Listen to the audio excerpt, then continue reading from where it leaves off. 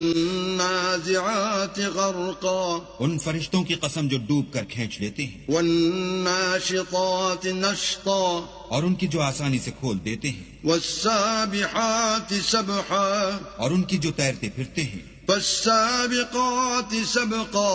پھر لپک کر آگے بڑھتے ہیں، فالمدبرات امرا پھر دنیا کے کاموں کا انتظام کرتے ہیں، یوم ترجف الرادفا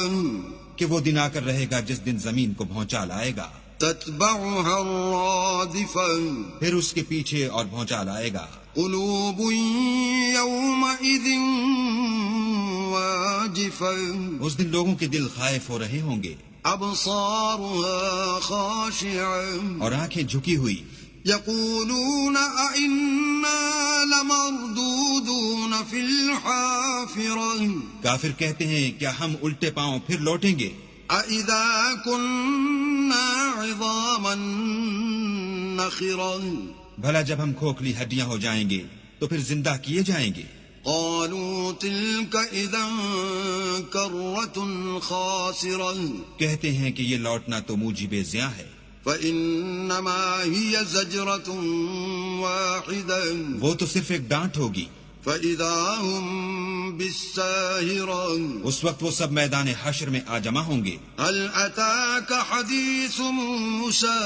بھلا تم کو موسیٰ کی حکایت پہنچی ہے، اذ ناداه ربه بالواد المقدس طوى جب ان کے پروردگار نے ان کو پاک میدان یعنی طویٰ میں پکارا، اذهب الى فرعون انه طغى اور حکم دیا کہ فرعون کے پاس جاؤ وہ سرکش ہو رہا ہے، فقل هل لك الى ان تزكى اور اس سے کہو کیا تو چاہتا ہے کہ پاک ہو جائے، واهديك الى ربك فتخشى اور میں تجھے تیرے پروردگار کا رستہ بتاؤں تاکہ تجھ کو خوف پیدا ہو، فأراه الآية الكبرى غرض انہوں نے اس کو بڑی نشانی دکھائی، فكذب وعصى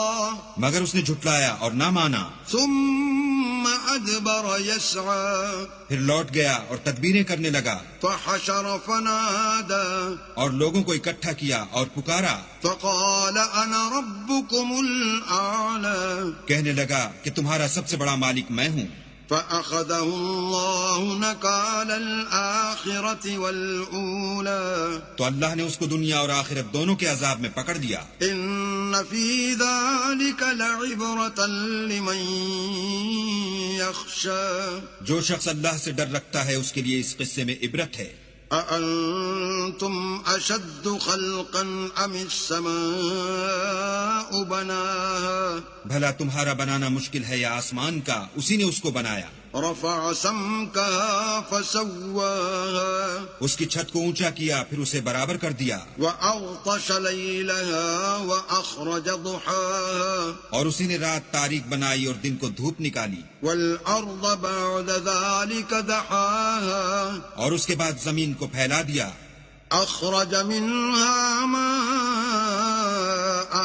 ومرعاها اسی نے اس میں سے اس کا پانی نکالا اور چارہ اگایا، والجبال أرساها اور اس پر پہاڑوں کا بوجھ رکھ دیا، متاعا لكم ولأنعامكم یہ سب کچھ تمہارے اور تمہارے چار پایوں کے فائدے کے لیے کیا، فإذا جاءت الطامة الكبرى تو جب بڑی آفت آئے گی، يوم يتذكر الإنسان ما سعى اس دن انسان اپنے کاموں کو یاد کرے گا، وبرزت الجحيم لمن يرى اور دوزخ دیکھنے والے کے سامنے نکال کر رکھ دی جائے گی، فأما من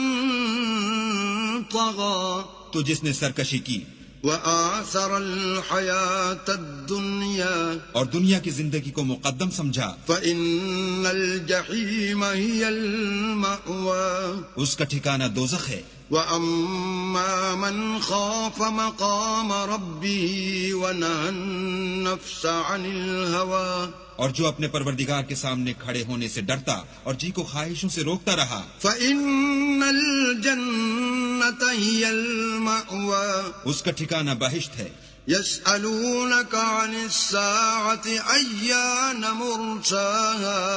اے پیغمبر، لوگ تم سے قیامت کے بارے میں پوچھتے ہیں کہ اس کا وقوع کب ہوگا۔ فيم أنت من ذكراها سو تم اس کے ذکر سے کس فکر میں ہو؟ إلى ربك منتهاها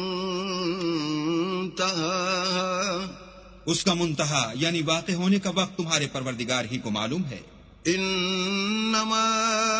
انت منذر من يخشاها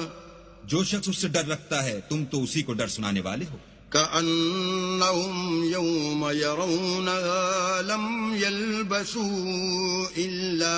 عشية أو ضحاها جب وہ اس کو دیکھیں گے تو ایسا خیال کریں گے کہ گویا دنیا میں صرف ایک شام یا صبح رہے تھے۔